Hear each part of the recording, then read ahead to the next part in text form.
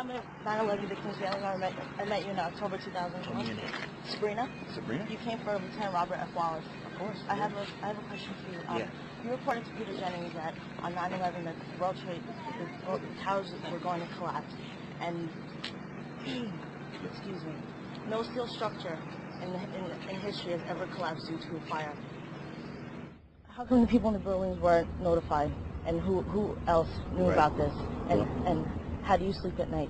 Ma'am, I didn't know that the towers were going to collapse. I went down to the scene and we set up headquarters at 75 Barclay Street, which was right there with the police commissioner, the fire commissioner, the head of emergency management.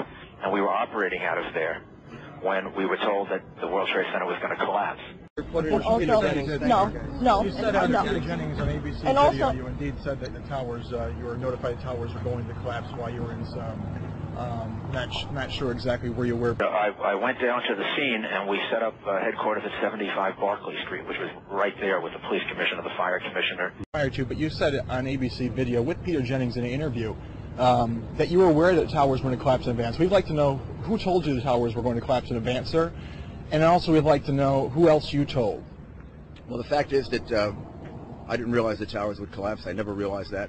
When we were told that the World Trade Center was going to collapse.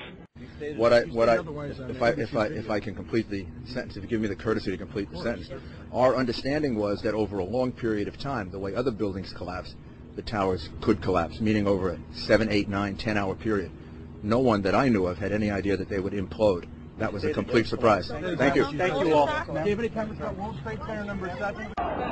Never before in history has a steel-framed high-rise building collapsed simply because of fire. On 9/11, by coincidence, 3 such buildings collapsed within 10 to 16 seconds. Almost free fall speed. In other words, if you had dropped a brick from the top of the World Trade Center, it would have taken about that time to hit the ground. If fire could even conceivably bring down steel-framed buildings, but bring them down very slowly, the steel would bend and fall this way and that way. It'd be a very slow process. The pictures that we see are consistent with what is called controlled demolition. When a company fills a building with explosives, times the explosives in just the right way to bring the building straight down into its own footprint.